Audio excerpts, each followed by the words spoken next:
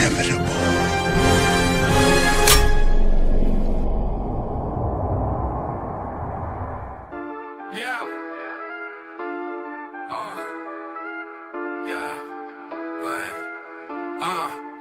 This Nzo and the crew, they'll be back in the mix. Daredevil born dead, talking deep with the flicks. Roundtable session, breaking count with precision. Murdoch's back in action, got the tunnel vision. Yo, red suit on, but he ain't no saint. Throwing hands in the dark, no need for restraint. Wilson scheming, got his eyes on the block. Lance on the rooftops, hear the heartbeat knock. Yo, Nzo calling shots, damage going insane. Who's the real villain, who's playing the game? Foggy and Karen, will they stay in the ride? Or will they get lost in the devil's dark side? Blood, justice, fists like thunder. Hell's Kitchen rise, watch the city go under. Born again, yeah, we breaking it down. Kingpin lurking, who's taking the crown? Roundtable deep dive, theories unfold. Nzo and the squad got the take on gold. Netflix stays calm, but the legend remains. Born again, he, yeah, remember the name.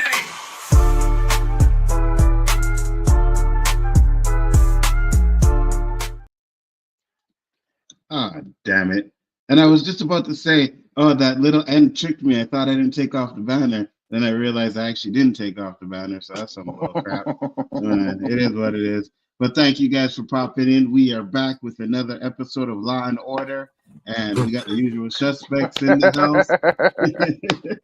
Mr. Danny Graham, tell the people where they can find you. I don't see no Ice-T, so it ain't Law and Order. That's SVU. We can still do it without him. I don't drink tea.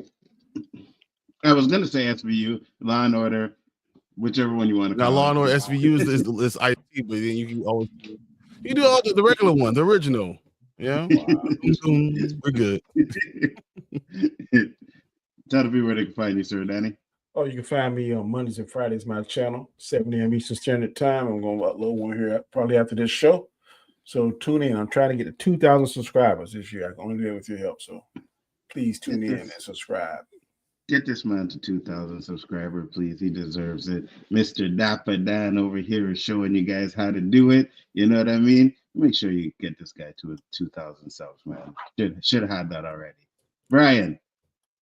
What up, guys? I'm 1/3 of Spoiler Kings. You know what I do on Mondays and Thursdays. We do all the comic book stuff, all the TV shows, and then we've been doing Severance on Saturdays.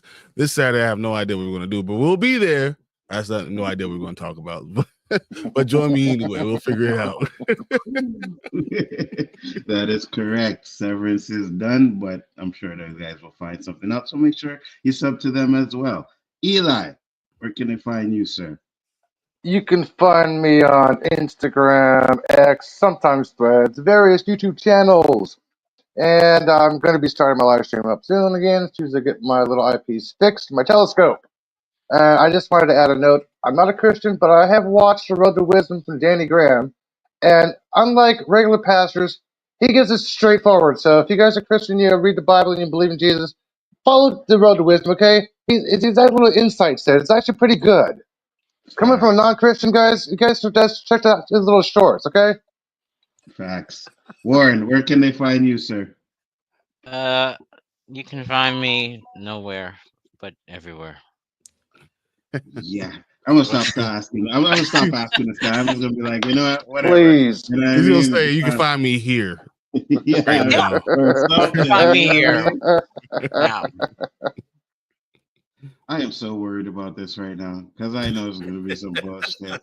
But JG, do what you do, brother. JG Shaolin Terrific, the undisputed final boss of the 36 Chambers of Shaolin. Why? Thank y'all for tuning in. You can catch me live Wednesday nights on the OOC with the host Nzo, aka the Abbott, the Osiris of the She, the Spliff King, the Professor of Ganja, and the man who always talks so much trash about the United States, but everything on his body right now is all American, baby. Look at it. The New York hat, the Michael Jordan, the hoodie. That's what I'm talking about. Get him. Burn him. Nothing but U.S. on his body. Nothing but U.S. Alongside the Cozer brother, aka Mr. 100, aka No Trouble Daddy, everything going to be Irish. No woman, no cry. And you can also see that he didn't have a chance to raid his closet because of that weak New York hat he has on his head. And you can find me Tuesday nights with the Daredevil watch parties with my homie Superwise. It'll be in Nueva York. You know, man, we're doing great things over there, man. It's fun, exciting, And yes, I did like this episode. To the hater Nzo over there. And, of course, the amazing, the outstanding, the charismatic. See the hater on screen right there? Always made it an hour. One of the finest police officers to ever walk this great United States. Semper Fi himself. United States veteran right there. And Hoorah! the maestro of fashion himself. Always delivering that good message. If you smell... Oh my God. Please, Lord. With Danny's cooking. JG, I need to correct you. See, Everything Marcus, Hanzo has is not American. He's smoking CC, Canadian cannabis. see, if you had a channel war, you might get some of that love. If you didn't look, I got you. I got gremlin, your outro, Brian. Oh Trust me, my like your God. outro. I don't if even you know look, how this if man you, comes up with the sentences for that. Like, do if you you look like a breathe? gremlin, What the Off the top of my going on? head, man. Off the top then of the you probably, dome. then you Unlike the probably would Canadian get some of that Drake. love. Off the Warren, dome. he has something you do not have, a girlfriend. That's why he's able to. La, la, la, la, la. Oh wow. Wow. Yeah, that's right. You're Shots I want to fired. keep my money in my pockets. You're absolutely right, Eli. Thank That you. is a true statement, Warren. Yeah, you're also keeping your penis in your pants too. So You beat me by 1 second, dude. Hey, let's I get was to gonna say work. I was gonna say in his pocket, but whatever. Look, hey, let's You get got to one worry hand about. in your pocket, the You other know, one that's right. with the House tissue. pointing cute. So oh my lord, wow, what an amazing start to the show, guys. I'm If you not ain't getting laughing involved in right that now, argument there, buddy. Oy vey. I counted 4. JG couldn't even get through his whole spiel without mentioning my name 4 times. Sorry, JG. I got you. Hey, looking at your caption I right got there. you. Yeah, I've only just begun. Uh, Boogeyman. Babes There, in there. the cream from a man's penis. Wow, good lord. Yes. Wow. I'm gonna be Oh, on his ass. I'm just Homo. gonna All you're week gonna be on his long. ass. That's what, hence the title, right? I said no homo. I said no homo. Oh my Now. I said god. no homo. I said no HOMO. That also doesn't like work all the time. You just can't say that after saying something that was Facts. pretty. Facts. Well, we all know where JG's I thought he was mind gonna, is I thought he when said we're I was gonna beat on his ass, but he said I'm gonna be on his ass. I'm like, oh, okay. That sounds even worse. I Beat don't on his want ass. none That's of even that smoke. worse.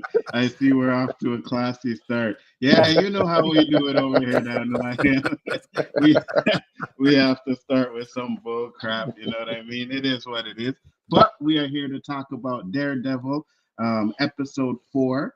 And I think we're going to get into our overall reactions. So, Mr. Graham, what was your overall reactions to this episode? I still liked it. Even though it's definitely a slow burn, I can see the progression. I can see that it's elevating this mountain to, I think, what's going to be a good payoff. I love how they have a differential between Matt and Wilson Fisk and Daredevil and Kingpin. You can clearly see that by what they're doing. So I definitely like where it's going. There were a couple of moments in there, like when he spoke with Frank Castle, the Punisher, and he spoke with the client. I thought those 2 of the best moments in this episode. So I'm liking what they're doing. I'm liking the writing, and I'm looking forward to seeing what's going to be next. I'm looking forward to Tuesday night to break it down again and watch it. Absolutely. Brian, overall thoughts of this episode? I mean, every episode is good, but I think they're all the beginning of these episodes are all built like we had an 18 episode season, and unfortunately we only have 9. So there's nothing that I'm going to say that is a problem in any episode specifically, but it's building so slow that by the time we get to like episode 6, when he's finally in the suit again, episode 6, we're only going to get 6, 7, 8, 9. So you're going to have more of the season out of the suit than in the suit. Can I ask you a quick question, Brian? Yeah. Do you want to see it every week? Or you be like, nah, I'm okay, I can watch it later on? I'm still going to watch it because I'm a fan. I mean, I love all of Daredevil. I'm not going to sit there and lie. So, oh shit. Hey, I got Ben Affleck, come on. I got everything that we ever did about with Daredevil, but enjoying it is one thing, but you understand that how you build a story. If you have a long season, then you can go ahead and go just a quarter of the season, and without him being in the suit. As soon as you have one of these seasons that are shorter, you can't do that because you want to see the superhero be super, and unfortunately, that's not what we're getting.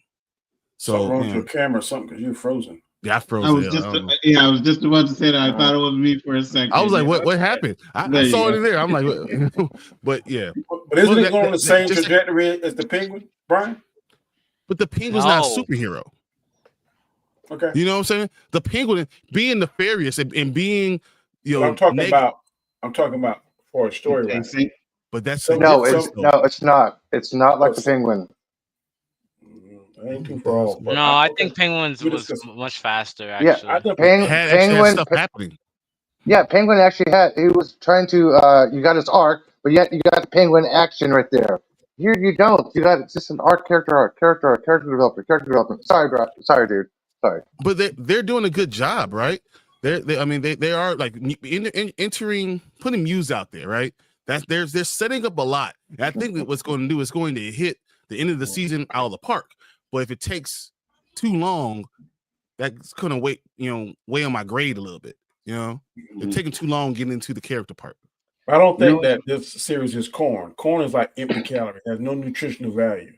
Do you think Daredevil is like corn, has no nutritional value? No, I think the way they're doing it is still very good.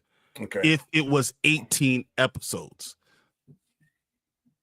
So here's the thing, and I was going to say this too, because last week before we got off the air, I typed it in a private chat, but I didn't send it. I just like, okay, I got to ask the question. How do you think Muse fits into this? And then at the end of this episode, they show it. So we'll talk a little bit more about that as well. But one thing I will say is you said episode 6 in the costume. I think it's going to be episode 7 because when it was originally made, it was episode 6, but then they redid episode 1.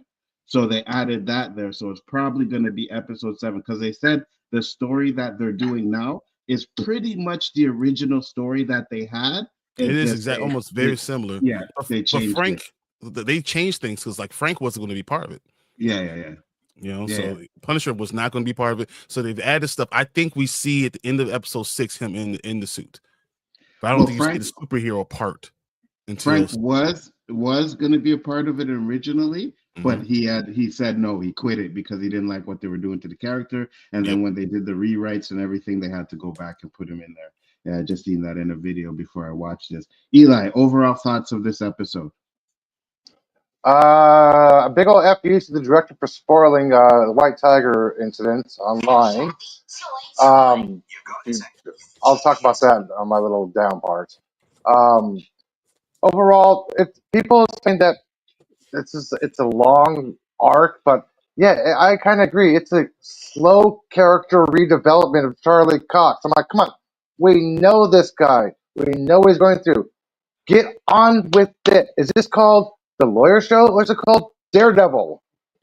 Wait a minute. You completely switched up from last week. I know. Daredevil is still he is a lawyer. Don't get me wrong. So the lawyer part matters, I know. But give me him in the freaking suit earlier. That's the problem. But it's all Charlie Cox. It's all Charlie Cox. It's nothing to do with Daredevil. It's like he's struggling within himself. Like, okay, but this. What am I doing? Am I doing this? Like, what about the Daredevil action? Come on. This is character development. This episode. But there was one scene I totally loved. I'll get to that. All right, JG, your overall thoughts of this episode? I thought it was a really good episode, especially compared to the first two. Because if I wasn't doing watch parties after this episode 2, I'd have been done. I would not be watching this show. But yeah, it was a really good episode. It was some slow parts in it. Right after after Murdoch, they got to the I guess we're going to detail about that later. It got kind of slow, but then it started picking up a little bit. I think the episode did a good job for me of challenging certain characters' ideals and perceptions. What's right, what's wrong, if what I'm doing the right thing, or am I doing the wrong thing, or am I not doing enough? Right. So I think it asks a lot of those questions in this episode, and there's a lot of pretending going on in this episode, I thought. Interesting. All right. Can I ask him a question? So Yeah, you're go talking ahead. about the black guy that point when he said, "Oh, I got you down to 10 days," assuming that he was guilty instead of listening and trying to really learn about your client. He let his biases kind of control him instead of. That's part of it. Yeah, that's Yeah. part of it. And I think it kind of goes back to the last episode. I don't Well, think not that's last one. I necessarily think bias. early on for this episode, beginning when what's her name? Angela? Hello? Yeah, go ahead. Yeah. Okay. Well, Angela. was it Angela that her name? Yeah, Hector's Angela is niece? who's gonna end up being The White Tiger? White Tiger. Yeah. Yeah. When she basically says, hey, he's she say? He's Puerto Rican and from the heights. What you expect, basically. Yeah. Right? That was tough. So I think it started there. You kind of see Murdoch's, well, we can't see his eyes, but his face kind of make that motion like, I didn't consider that. Right? And so, yeah, it's a lot of ideas, a lot of perceptions that's kind of been challenged. No, when justice is supposed to be blind, but is it really blind? Or is justice whatever the person who's running it decides justice is? That's a tough question. Go ahead. Danny, you were gonna say something quick? I don't know if it was his biases. He went on his record and stuff, and then one thing that usually makes him for certain he didn't use his hearing to see when the man's heartbeat was all for fluttering or whatever he uses, like the human lie detector. So I was like, why didn't they do that for him? Because he do it for everybody else. Because that's his bias. But that's his bias, and you assume some people you look at and you know the rap sheet and you assume they're guilty instead of listening to your client. As a lawyer, you should have came in with a blank slate, listening to him speak about it, and then to make the decision from there. But he has something that we don't have. He has that to determine whether or not it is bias, whether he's not lying, because that's. But he didn't use it, right? So that isn't that like you still using your bias instead of using his power? I believe you guys missed the whole point of that scene was not to determine if the guy was lying, if he's still the fiddle pedal or not. That was, you guys misinterpreted the whole entire scene. No, we're not misinterpreting. We're just talking about the fact that he did. But no, we didn't misinterpret it because you understand as a black man, and then even Danny with the dual role of being a police officer too, understanding the difference in it. But we're just talking about one specific part of it. Okay. So but here's the thing that I'll say too as well, right? He still was guilty. Like regardless of what he did, regardless of what he did or why he did it, he was still guilty. So there was really no reason for him to be listening to his heartbeat because you did the shit. Now I understand why you did it, but you're still guilty of doing it. You know what I mean? And there really wasn't a bias because I'm pretty sure before Matt went in there, he had already listened to the video, whatever he does that lawyers do. A lot of times that's being in the profession. I mean, some lawyers will be before they even come in and talk to us, law enforcement, they'll be like, I already seen the video. And then sometimes there are extenuating circumstances like what this guy said, look, man, last time I was in jail, I lost my EBT card and I lost my ability to get food stamp, that kind of stuff. So a lot of times we'll know up front they did the crime, but we don't know the reasons behind it. Right. And once Matthew saw the reason behind it, then that changed his opinion or his tactic or gave him the energy he needed to go in there and fight for him even harder. But if you commit the crime, that's kind of like the G.I. Joe saying, and now you know, and knowing is half the battle. So he went there knowing half the battle, in my opinion. I simply misinterpreted that scene. What I got out of that scene was he was trying to explain Matt the reason why he's doing this is because he can't afford stuff. The only way to get 3 square meals a day is to be in jail, to be arrested. Yeah, he didn't want that. He was like, Matt, this is what's going on. Are you in space? Yeah, you need to just fix your mic. I was like, I didn't hear what you said. So like an alien, like yeah, your mic. I know. I'm gonna say for me, it was okay. I'll go ahead, Eli. Finish your thought.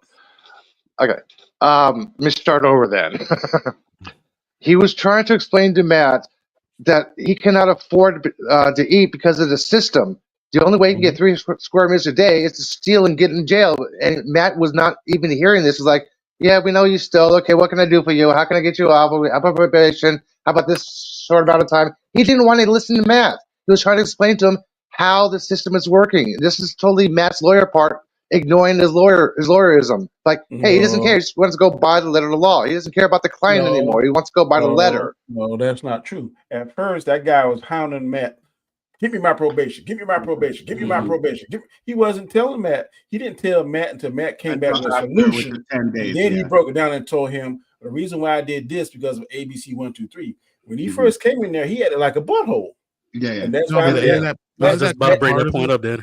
I'm sorry. Yeah. Go ahead. But isn't that kind of the part of it? Like, you know, you don't realize what the things that you've done to put you in that situation, but you do realize how unfair it is. Listen to his story; it's been very unfair. But you acting like an asshole, talking about someone's disability, kind of puts you behind the 8 ball too. Yeah, so it's not going to have that person wanting to help you.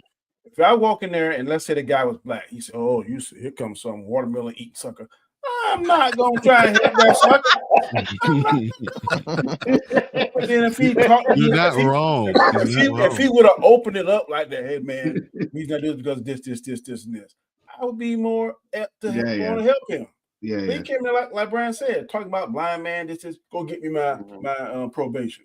Nah, bro, I got you 10 days. Take it or leave it. But then once he had like a human being and treated Matt like a human being, this stuff happened.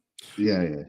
Okay, I just want one thing. The reason I say bias is because the way he treated the police officer, who he knew also did a lot of crimes that he knew, set up. I mean, all this stuff. Like he did all those things. We know that he was guilty. Yeah, he still listened to his heartbeat to see if he was guilty or not for other things.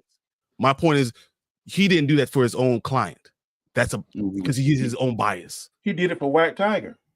No, but he did it for the police officer. He went into even after the whole police officer. We know how guilty he was. After he had to beat his ass, like we already know what he was guilty of. But he wanted to make sure that he did not have nothing to do with Ramirez's death. I'm saying before that, he listened to White Tiger's conversation and knew that White Tiger was telling the truth against police officers. That's why he took the case. So, but my point is that even though he knew how guilty the police officers were, he still listened to his heart, try to understand where he's coming from, listening if he's being truthful. He didn't give that same opportunity to that guy because he's an asshole. Doesn't matter if he was an asshole or not. The other dude tried to beat your ass. But he gave him the benefit of the doubt. He didn't give this other guy the benefit of the doubt. Hi. Yeah, go ahead, Warren. This is good because that's what I want, a little back and forth or some things. So as long as it doesn't get too bloated, but yeah, go ahead, Warren. Sorry. Overall, I think that you have to reevaluate how you look at Daredevil because it's split in half. You have to reevaluate. So I'm looking at it a little bit differently than I did before, because if this was a full 18 straight episodes, I would look at it differently. This would be fine. Yeah. So what I'll say is overall, I thought the episode was good. Foreshadowing, very, very good foreshadowing of each character, what I think is going to happen to each one. And overall, it was still slow, but you could see that people are like starting to have a few cracks in them as characters. So without going into full detail. I got you. You were gonna say something before Warren went, Danny. What were you gonna say? Oh, the only thing I was gonna say was I think I didn't like that character. I think that Leroy character is like that whole scene to me is not even needed in a sense. It just was just thrown in there because the guy was just annoying. Like I just didn't even like the guy. I don't care if you're black, white, Asian, whatever. You just came off as you could have a rough, complete asshole. Like when even when he started boo-hoo wham about like his EBT. Okay, bro, there's other people. There's a billion people on the planet that have the problems. You can't be just now because you didn't get your 10 days. Like I couldn't feel for that guy when you already go off. Like, first impressions. His first impression made me not even care about him. So I didn't even want that was like, to me, 8 minutes that I just was wasted to me. I think the point was the last thing he said. It costs the government more money to lock me up than to feed me. Yeah. They rather pay. So you rather to lock me up than to feed me. Yep. You would rather put this man in jail than feed him. And that's a problematic issue with the entire system. And I get that, Brian. I totally get. I'm sorry, I didn't mean to cut you. I get that. No, go. This is good. I get that. I'm saying if you're when times are rough, you don't come off smug. You go to him and say, "Hey, Mr. Murdoch, I'm not the best person. I did something bad. Mhm. Here is my. You don't come up and say, "Yo, bro, give me." No, who are you? You're the one you're the So one behind the screen. Like you're the one locked up. You need to slow your roll. Well, I would no, say that real go quick, I ahead, would say David. that within that hope, because he annoyed me too. And I You know think me that too. where Murdoch's reaction was our reaction at the same time. Like, why should I help you when I first thing you say to me when I come in, oh, you're blind, talking about me and all that stuff. Oh, And this it's the we blind get guy. Yeah. yeah, and then we get back there, you're lying to me the whole time when I've seen the cameras, I've seen all this stuff, right? You're saying it wasn't me, I didn't do. Was it a scroll? It could have been a scroll. We're like, dude, just he didn't own up to anything until Murdoch came back with what was a good deal based on his whole rap sheet, right? When I think was she the prosecutor or whatever? Was it like was he 11 times? And in Mhm. 2 months, your probation officer had to get like, it's like, what have you? Yeah, I understand you going through all this stuff, but dude, your rap sheet is so long. How can I keep giving you sympathy?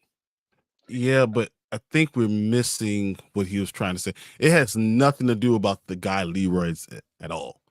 It's about the system itself. Matt Oh yeah, has I get that. decided to Yeah. hang up the Daredevil costume, right? I'm not going to be Daredevil anymore. I'm going to lean on the legal system. And you don't realize that the system is broken. So how can you lean on a system when the system itself is broken? Leroy is not the point. It's the system that's the point. And here's what You I'm made gonna my do. point when I said ideals were challenged in this episode. That's why I agree with you, but that's why I'm like, Yeah. I wanted to make sure we get, Yeah, Hey, I you got just with you on that, bro. I'm And, with you. I got and hold on. notification you just went live. And here's what I'm gonna say too, because I'm gonna defend the black man a little bit, right? So he's been going through this stuff a lot, and now he's getting a lawyer, and you bringing him a blind lawyer. So he thinking you guys are just giving me anybody to screw me. You know what I mean? Send me to jail. So that could be one of the reasons why he gave the attitude, is because he figured, you guys giving me this low budget like paralegal, probably never did a case in his life, blind guy, so I'm screwed anyways. You know what I mean? So I can kind of understand that, but I also do understand when you in jams like that, you don't act like you all high and mighty, like you have the power, right? That's like Danny stopping someone and give him a ticket and they say, "Oh, I pay your bills." You know what I mean? Or they getting a ticket. I done that many times, buddy. Exactly. I pay your salary. Oh yeah, guess what? You about to give me a raise. I'm about to give you this ticket right now. Failings in the systems are what drove him to be Daredevil in the first place. Exactly. Yeah, And 100%. I think that's why it's so important to have it in this episode where he's talking to Frank, and he also seeing on the negative side that the system itself is broken. That's what he said in beginning in season 1. The system is broken. That's why I have to be Daredevil to kind of try to bridge the gap. Well, he's realizing again that the system is still broken. You can't lean on the system that's not working for people. And that's what's going to drive him back to being Daredevil, along with Frank talking about his manhood and say, what the fuck's wrong with you? Yeah. Yeah, we're going to get into our positives. Warren, what did you like about this episode? Positives. Well, one, I got to see emotion out of Fisk. He's been too quiet. The outburst in the city hall, like I really thought that man was about to like put that guy against the wall, but that's the Fisk I want to see. Not the I'm like Michael Bloomberg and here in New York or something like that. I like also that Matt again. I think what I like about Murdoch as the character is that he's being more unconventional. He's not playing. He's not thinking like this is not the Murdoch I know. The Murdoch I know is a more thought out person when it comes to law, and he's not thinking really properly.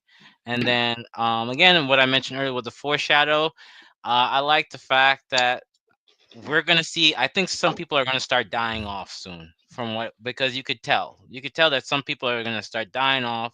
Some people, I have a feeling it's gonna be close to Matt. I have a feeling that around Fisk, we're gonna start seeing death soon. Somebody's going to die because that's what I'm getting. That people are getting too close, and now it's like, okay, don't make a mistake because now you're gonna die. So that's what I really liked. And then of course seeing the Punisher.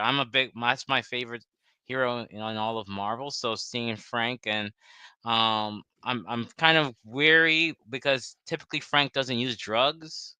He's in the comics. He prefers to like not take any form of medicinal medicine because he pain tolerance. So I'm trying to figure out maybe there's something going on there. So yeah, overall that was my biggest pros overall. I got you. What about you, JG? Positives?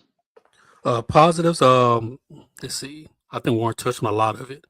Another positive was, like I said earlier, just the challenging of ideals. The way they did it was pretty good.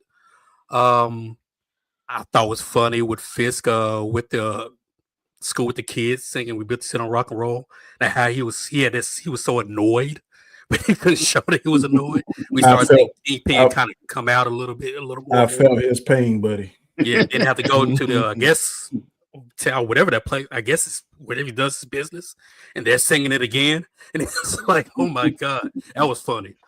But yeah, you start seeing Kingpin slowly, resurging again.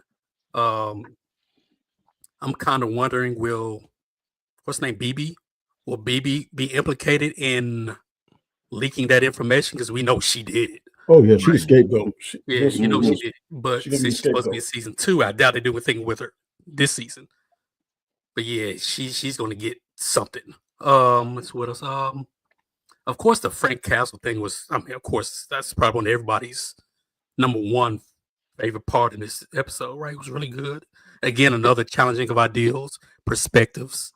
Yeah, that's pretty much it for now. I'll probably think of something later on. I got you. I forgot one thing. I like the mention of the Latvian, because Latvian refers to Latveria, which refers to Doom. Forgot to mention that. Interesting. All right, Eli, positives. Oh my gosh, where do I start? Somebody deserves an Emmy for the tolerance that he portrayed Fisk. Just sitting there without erupting into anger, listen to off-key kids singing. I'm like, okay, this man needs an Emmy for this, man. Look at this, the frustration on his face, the smile, half smile. Okay, this guy is so great, such a great fucking thespian. It's kind of like us listening to you on this panel. Yeah. Well, no, he's better than that. He's more tolerant. He acts more tolerant. And of course, the Frank Castle. Oh my gosh, I just loved how the interaction. Like, he doesn't have anybody to go to, so he goes to Frank not to ask for help, but to ask for permission.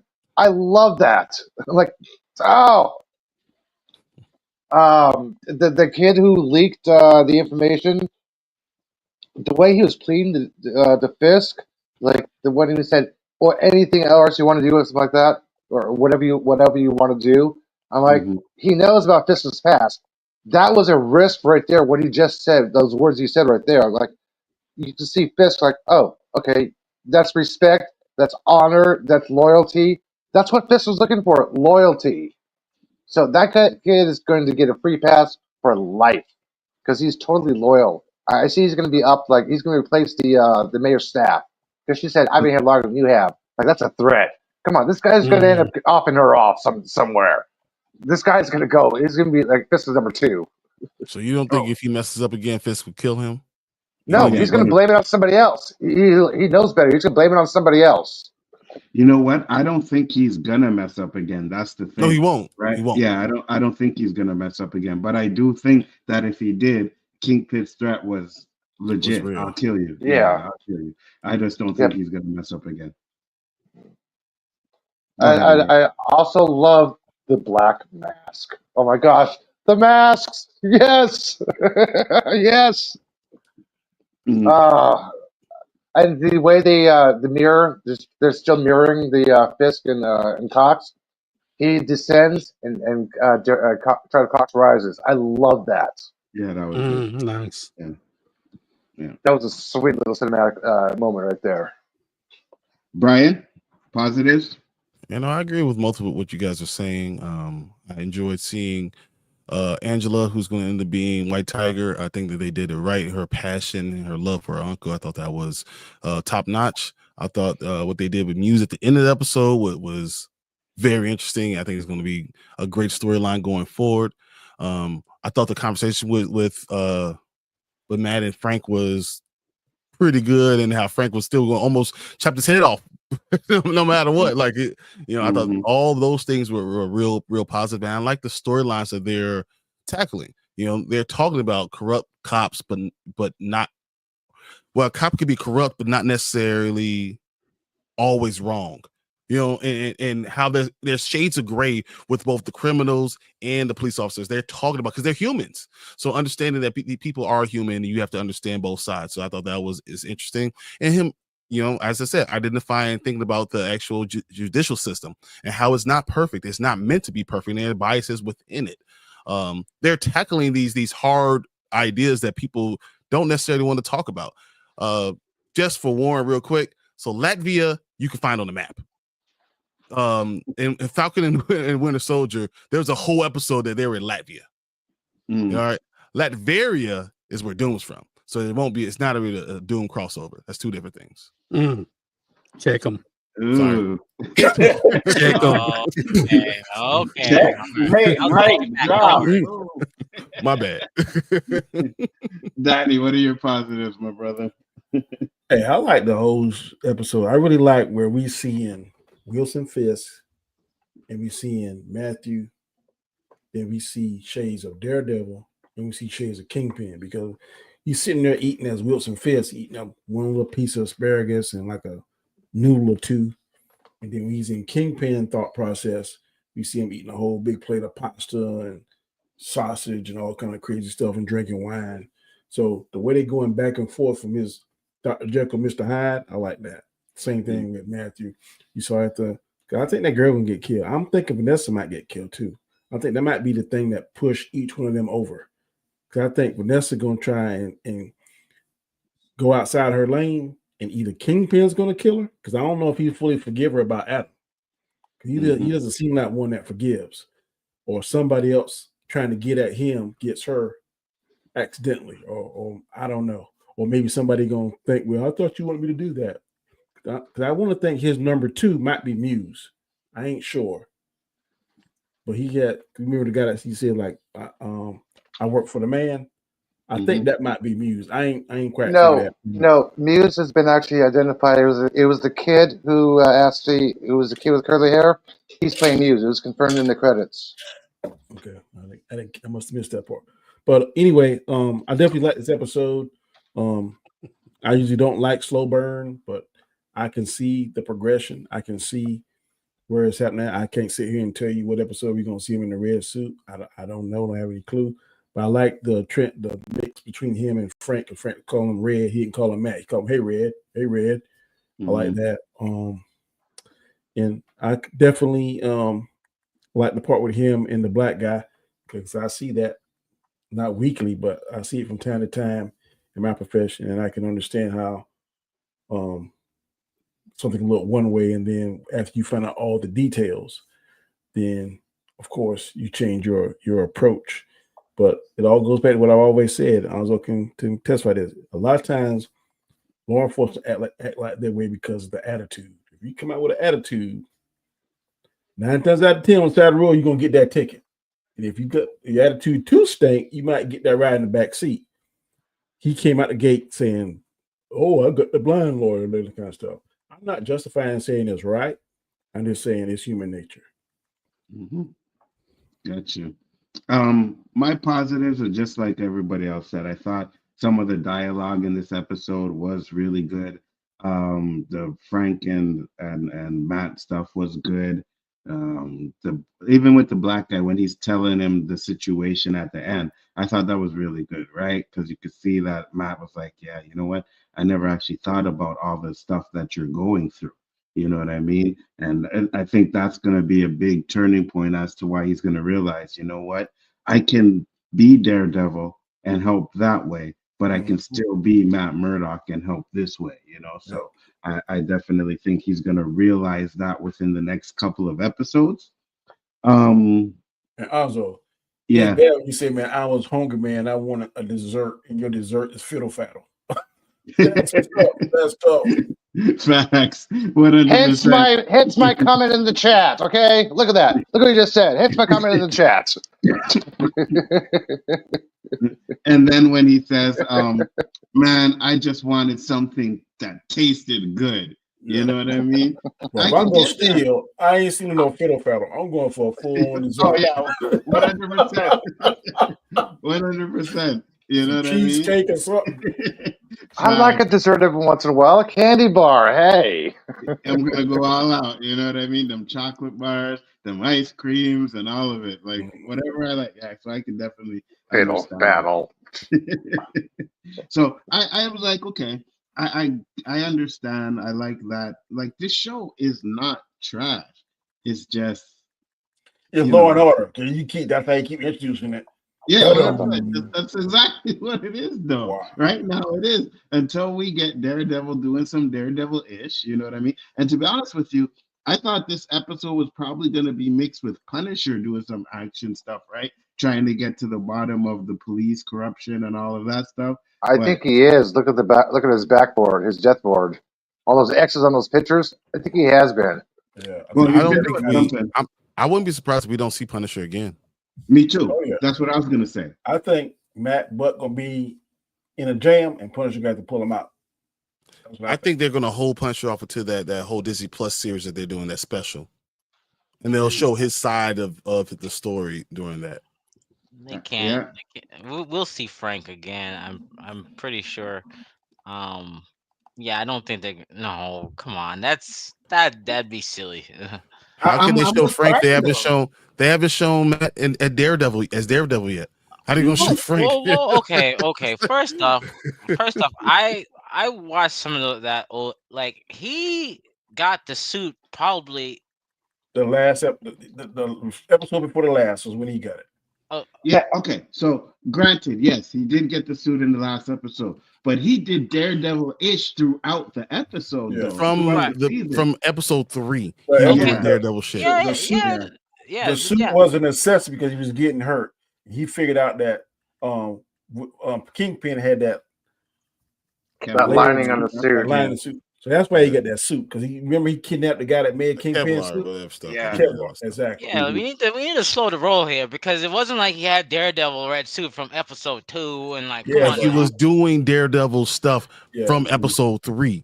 But he was. The first fight was the hallway. Remember, the first fight was the hallway. Come on. What? Okay, I'm not disagreeing. Warren, don't get checked again, bro. I'm not checking. First of all, don't get your ankles crossed before you talk. Okay? Okay? All right. First off, he was getting up with a thing around his face. It wasn't like he was trying. This is a different circumstance you got here. That's what I'm trying to say. No, but what you're not understanding is, yes, you are correct. We're not saying. If he didn't put on the suit, no problem. But if he was fighting, he was doing Daredevil stuff. Okay, we got it. But he hasn't done no Daredevil stuff since episode 1. Nzo, here's I'm gonna compare, and I know this movie is terrible, right? Not terrible. This is a good movie. Matt's going through the same thing Toby went through when he wanted to put his powers away. It's just instead of a movie, we're getting it in an episode format. That's basically what's going on. I don't want to do this anymore. Toby never went to anybody for help. He did it all by himself. Wait a minute. Wait, Eli. So Peter never said, "Okay, I'm tired of this. I don't want to do this anymore." That's literally what he did in the second movie. What is Matt doing? Matt is looking for help. He's reached out to Frank. He reached out to Frank. He asked for permission. They don't need permission. That's the point. That's what he was. That was the whole point of the scene. He was asking for permission from Frank. Well, I'll correct you. Frank said that he believed that he came to him for permission. He never said that he came to you. He never said it, but Frank insinuated that he came for permission. He really came there because of the bullet that he found. Right. Let's just go with Warren Stott and say it's the same thing as Toby, right, from Spider-Man 2. That was like 20 minutes of Spider-Man 3. But anyways, that was like 20 minutes of a 2.5 hour I movie. agree. We're talking about 3 episodes, 4 now. The man isn't. I am not for it, but I'm just telling you what they've laid out. I was expecting him by the suit by episode 5, and to be fair, they're gonna release 2 episodes this week. By the way, they announced that. Yeah. So And the last episode is going to be the one where he gets the suit and he's fighting. Yeah, until he's gonna get the suit in episode 6. That's exactly what I'm saying. Right at the end of episode. Right at the end. That's exactly and what's then gonna happen. episode 7, there's going to be some action. We're going to see him doing some fighting. And remember this, Warren, also. So Daredevil season 1 was 13 episodes long. So though there's action from 3 to 13, there was crazy Daredevil type action from all 10 of those episodes. So you still got 10 episodes of that type of stuff, which made the great dialogue, the great storyline, along with the action. And to be a top tier show, and we're talking about this as being the greatest thing ever of all time, we need to get some action. You are correct, Tony. Tony is stupid. And I think I know what your problem is, because when it was on Netflix, it was basically an ensemble. You got Foggy, you got a Karen story, you got a Matt story, and they all coincided with each other. Now all you have is Matt and Fisk and Matt and Fisk, Fisk and Matt. And the courtroom drama was mixed in perfectly with the series. Action. You know what I mean? And we had Frank. Yeah, but now I'm saying now it's just like dragging on, And you guys can ask me this before we get into the dislikes real quick. But when the Netflix ended, was Vanessa this power hungry as she is now? I don't ever remember her being like that. She was not. She was not. She. Unless they're doing that storyline to where she tries to take over and get revenge on Daredevil and Kingpin. If they're going that storyline, okay, fine. If not, they're just wasting time. But wasn't she against the stuff Fisk was doing? If I don't remember, no, she was for it. She wanted to be part of the. She wanted to be a part of it. She wanted to be part of it. Okay, because I haven't seen the last season in a long time, so I don't remember. I could have swore she didn't want Fisk to be like that, but okay, that's just my thoughts. All right, let's get into the negatives now. We'll start on the other end. No, we started with Warren. So Danny, your negatives for this episode, if you're there. Okay, Danny's not there, so we'll move on to Brian. Brian, negatives. It's nothing more than what we've already been talking about, because we talk about the real negatives. This is a good show. It's quality TV. This is not like it's a big red flashing sign. It's just like, man, give me more action. Give me something in between all the great drama that you're giving us. Because it's supposed to be action drama, not drama. And we're not getting the action part. And I think that if they only did it a little bit more, give him a little bit in the suit, to have him be outside a little bit, maybe questioning his thought process, then we will enjoy this entire show even more. And it will be at a higher rating. People are going to like it because it is dark, it is gritty, it is very well written, good storylines. They're going to like it because of those things. But if you gave us action with it, now we're talking about top tier. Facts. I agree. 100%. Danny, what are your negatives? Is that all you had, Brian? Yeah, it's not a negative thing for me. None of this stuff is real negative. It's just, things to talk about. No, I got you. Danny? I really don't have nothing that I think is negative. I would like to see him in the suit sooner than later. But other than that, I'm really enjoying it. I mean, there's nothing that sounds like there's some things that maybe don't make sense. Like the thing we discussed last week about how White Tiger got killed so easily. To me, that didn't make sense. And why he didn't pick up on the guy's truthfulness. But those are really like nitpicks and stuff. So for me, I'm liking it. And I'm a little annoyed at Vanessa. Yeah, she's kind of annoying me a little bit. Yeah, me too, 100%. Let me get into one of my negatives real quick because you guys didn't mention it yet. The therapy sessions with Kingpin and Vanessa are starting to annoy me. I was gonna say that actually. I was gonna say that too, yeah. One of my biggest problems is that I think they need to get rid of that, and I think they're gonna drag it on a little bit more, and I'm tired of it. That's my negative. Eli. I wonder Oh, if go they're ahead. going to utilize these therapy sessions to really get Kingpin to become Kingpin again. That's the outlet they're using it for. But So they can't get rid of it right now because I- it's going to make him into Kingpin. I agree with what Brian said. This last therapy session answered some questions. Like, why is his knuckles always hurt? Mhm. So we saw why. Mhm. And they keep pushing the button. He's clearly lying to Vanessa. I don't know where Adam's at. You know exactly where Adam's at. You done had that sucker held hostage for the past 2 Yeah, years. yeah. He in the basement like this, naked. I think the therapy sessions are kind of, they're like, I don't know if it's an essential part, but they're kind of like setting up the Kingpin part of, okay, here's a transformation. Here's a do what I say, not what I do. Because he's trying to tell Vanessa how to play chess, but actually he's playing checkers along with her and playing chess. So I don't. She annoys me, not the necessary session that they're having, but she definitely is annoying me. I got you. Eli, your negatives? I'm watching the opening scene and I'm like, how the hell did the kid get down to the morgue? Then I saw a post from the director saying, that, I'm going to tell you guys anyway, it's all over social media. A scene, part of the scene was cut where the amulet glowed. I'm like, gee, thanks for telling me about this. Now we know how she got in there. She's conniving and sneaky little girl. She's the next White Tiger. Thanks for spoiling it, director. We I all knew she was hated the that. next I'm like, White that was Tiger. the what? We all knew she was the next White Tiger. I thought it was going to be the sister, like the second issue of the comics. Sorry. Well, so in the Brubaker line, Angela is the White Tiger. Yeah, I thought it was going with the sister line, not the niece one. But so the niece one makes more sense because they went to the Secret Life of Foggy Nelson, that comic book. So they're using that line for a lot of these things. So that makes a lot of sense that they used Angela for it. Brian, you haven't been on Planet Eli as long as we have. Eventually you get used to the gravity. Just hold on. Yeah, it's all in the gravity of the situation. I got you. Anything else, Eli? Yeah, those therapy sessions. I'm like, come on, just have a little snippet of it. You don't have to have a full 4-minute scene of a therapy session. Yeah. Come on. I mean, you see them getting closer and closer when they're out of the therapy. They're getting closer. They're connecting. Yeah, we get it. It's working. Just mention it every once in a while. Mm-hmm. I think so.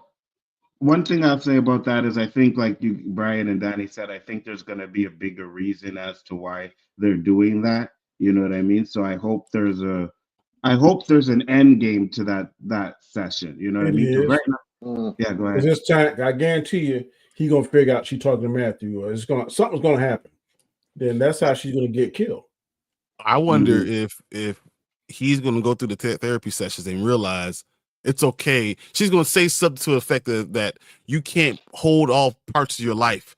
You have to be who you are totally, and he's gonna be fully accepting of who he is. He's both the mayor and Kingpin. And then we're gonna get both. Then if he revealed too much, she's gonna be a loose thread that he's gonna have to get rid of. Dan, you're not wrong. I mean, he is Kingpin. That's so. At the end of the day, if he figures that out, he's Kingpin. I think he already figured out. What she asked her when he left the room. Right? That's not something I just assumed. No, you know, you got something going on where you know you got eyes and ears everywhere, right? I wouldn't be surprised if that room is bugged, like you said, JJ. I wouldn't be surprised either. And once I got a prediction. Don't already know. Oh, go ahead. I got a prediction for that. I got a prediction for that. So. Save your predictions for the end, though. Yeah.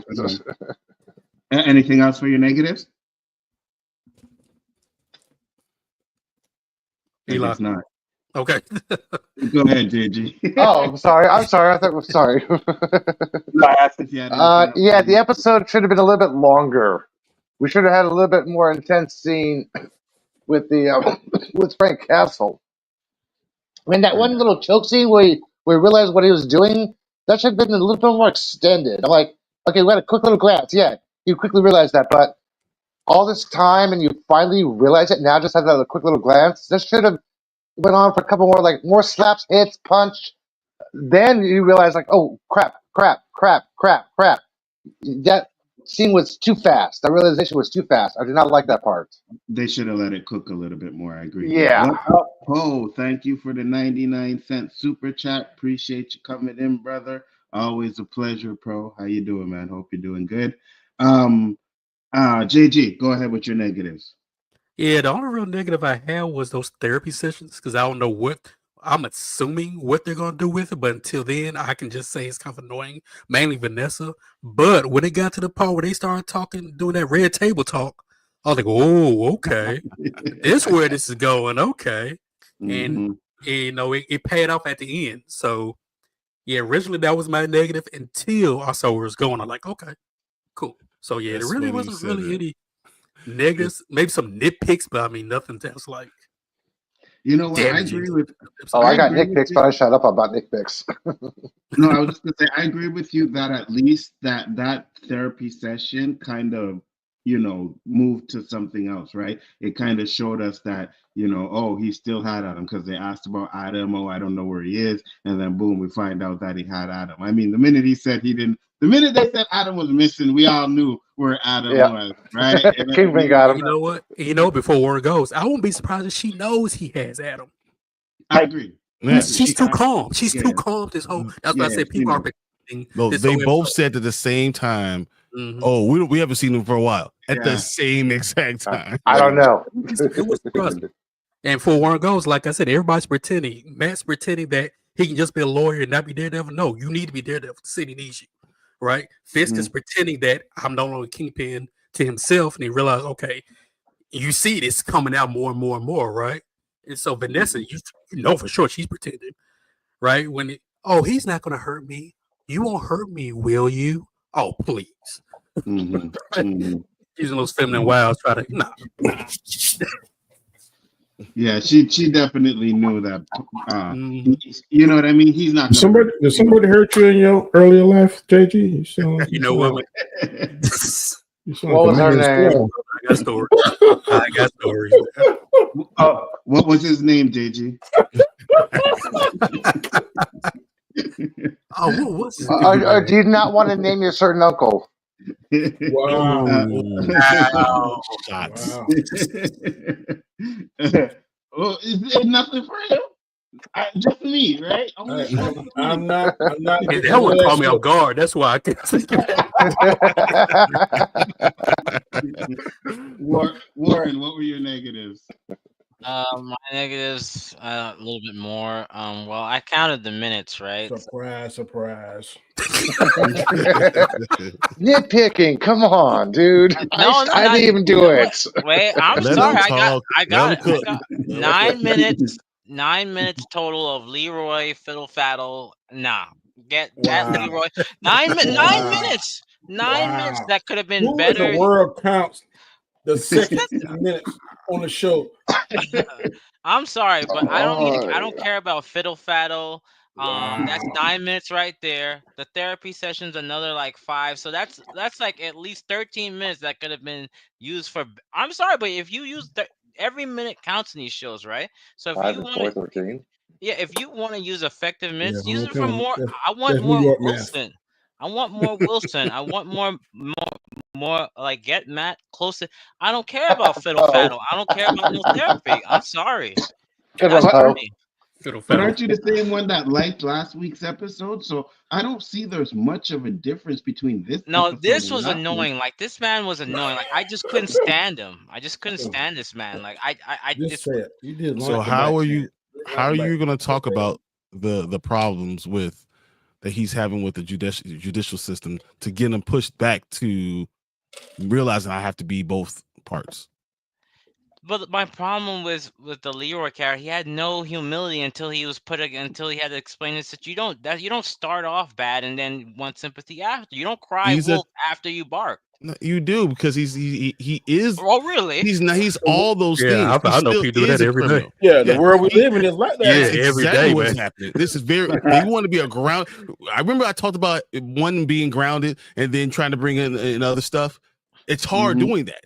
You know, Okay, but this is what they're doing. Being grounded, just because someone is bad doesn't mean that the judicial system is not supposed to work for them. I And that's understand what, and it had the system overall is supposed to work for them. And the system overall is not working for him. Even though he's not squeaky clean, he's not clean. He's didn't say a that. problem. He's annoying. He's an asshole. Those things are facts. So everything you're saying is right, but you're using that to prove that the system is still broken. Why am I going to pay more money to put this person in jail and then instead of just feeding them? So like, you want to have a character that's annoying, that's a problem still.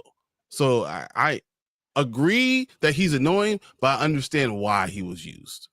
But correct me, Warren. Your problem was you didn't mind the character so much, just how much time they spent on the character. Is that what you're trying to say? Time spent, and he comes off when you already come off pretentious. That's like you're wasting my time. Like that's the way I look at it. Like you're coming off. Okay, I get it. And to go on your point, Brian, if you've made that many mistakes, when are you going to say to yourself, you know what, bro? I can't keep stealing. I can't keep doing this. The point was that he can't get out of it. He can't get out. He's in a system that is cyclical. So no matter what he does, he can't eat. He literally does. There's no way for him to eat. And he's in a system that he can't survive without doing it because he already went down the wrong path. And there's no way to get out of it. Guys, I need to say something about disability here. I'm disabled, okay? I'm disabled. I get funny looks and remarks sometimes when I walk or stand, okay? I'm used to this. I'm used to the snide remarks. As a blind man, he's probably used to those snide remarks. That's why there was no reaction on his face when he belittled him. But look, we watched that scene. He's not reacting. He's like, okay, yeah, I heard this before, yada, yada, yada. I understand why there was no reaction with Matt. He's heard us before. But Warren, you should be used to this and sympathize because you keep saying bad take after bad take after bad take after bad take after bad take, and Nzo keeps sending you the link. I don't understand it. Okay, first off, he asked for cons. I'm telling you the cons about the therapy session. LOWKEY, Star Wars. I like LOWKEY. What are you talking about? Captain America. Bad take after bad take. You asked for cons. Bad take. Isn't a con a bad take? Isn't a con? So you're proving my point. Thank you. No con. Thank you so much, man. I'm saying you should sympathize. Leroy got along with it. Leroy because you and Leroy are the same person. Leroy, you keep saying all this crazy stuff, and Nzo keep Nzo on screen and asking why you keep inviting Warren. I don't understand it. Oh man. Anyway, the last thing I'm gonna say is the therapy sessions. It's kind of like I got better. I thought the dinner between Vanessa was better with Fist than them doing the therapy session, personally. So I don't think the therapy session is working for me, but it's revealing more. So okay, but those were my two things because I want to see more of what's being developed with the show. Like I get the moral duality that with the character. Like I get the purpose of Leroy. I'm not saying I don't. I just want my time being used well. If I'm getting 9 episodes and then I gotta wait another year, every time matters to me. I don't know. Maybe I'm being too picky. So you agree with us to say that he needs to be in the suit, right? So you agree with no. So you can't be saying they're wasting your time on one point, but not wasting the time for the other. You can't use both arguments on the same side. No, because what I'm saying is you could give that screen time more to Fisk or more to Vanessa or even more to Bullseye because we haven't even seen Bullseye. Let me ask you this question, Warren. This is a serious question. So the sessions you said that annoy you, if you take those out, it wouldn't answer the questions about why Fist Knuckles are always beat up. Where the heck is Adam at? Because nobody knew where he was at, and Fist lied in the last session saying, "I don't know where he's at." But then we see at the end where exactly he was at. But if we wouldn't have that connective tissue if we didn't have the session. So the session is progressing the story. You also wouldn't have the mirroring of Matt with Fisk that you guys love so much, right? But you wouldn't have that because this is getting Fisk back to being Kingpin. This is his way of going through. Like Matt's going through one way, this is Fist's way to getting to where he needs to go. So without these two things, you wouldn't have the mirroring. If you want to get rid of everything with Leroy and get rid of everything with with the sessions, there is no mirroring then. Brian, can I? And this is my final thing. Okay, fair enough. All I'm saying is that we still don't know why Bullseye got hired, right? You tell me that you couldn't use those minutes for that. We still don't know. God damn, I lost my other point. But there was another point I had was basically. But again, we don't know what even Bullseye did. Like he did his thing, and we still don't know. Like it's gonna be a slow burn. But we're gonna do that thing that Nzo hates. They're gonna go back and do flashbacks. We're gonna see all that. So there's always a filler. Every show has a filler episode. That's it though. That's it for me. Scratch the record. Hold on. Pause. I never said I hate flashbacks. Nzo, we can go back and watch the Mandalorian Roundtable and every episode. I'm tired of seeing flashbacks. Hold on. Get him. I mean, that's the reason. That's the reason why, because it was in Boba Fett trash, right? Oh, and George Lucas has said many times that he doesn't deal with flashbacks, but we got it in there, and whatever. It is what always moving a goalpost. Okay. Every time somebody checks it's like poetry and rhymes. Every time. Hold on. The L's you have. Hold on. I got my point came back. Yeah, just keep it for a second. Warren. Hold on. Because I liked Paradise, and Paradise was full of flashbacks, so I enjoyed that. It's not the flashbacks; it's how they're done. Go ahead, Warren. Oh, and I just and also with it, we only saw so far Muse like what 2-3 minutes. That's what I'm saying. Like the time could be used. That's what I'm saying. The time could be used for these.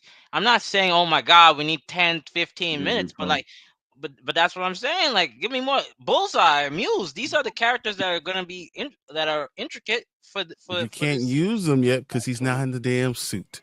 Brian, I'm telling you, you're literally they're setting it all up. So once he is in the suit, they're going to go back. So to they can't go to the jail and talk to him. Matt, Warren, you tell me Murdoch can't go and have a like what he did with talk to Fisk and talk to Benjamin Poindexter like he did to Fisk in season 2 with Daredevil. You saw this scene with him and Frank how he couldn't even say Foggy's name. He has a hard time dealing with this shit right now. He can't even go face him.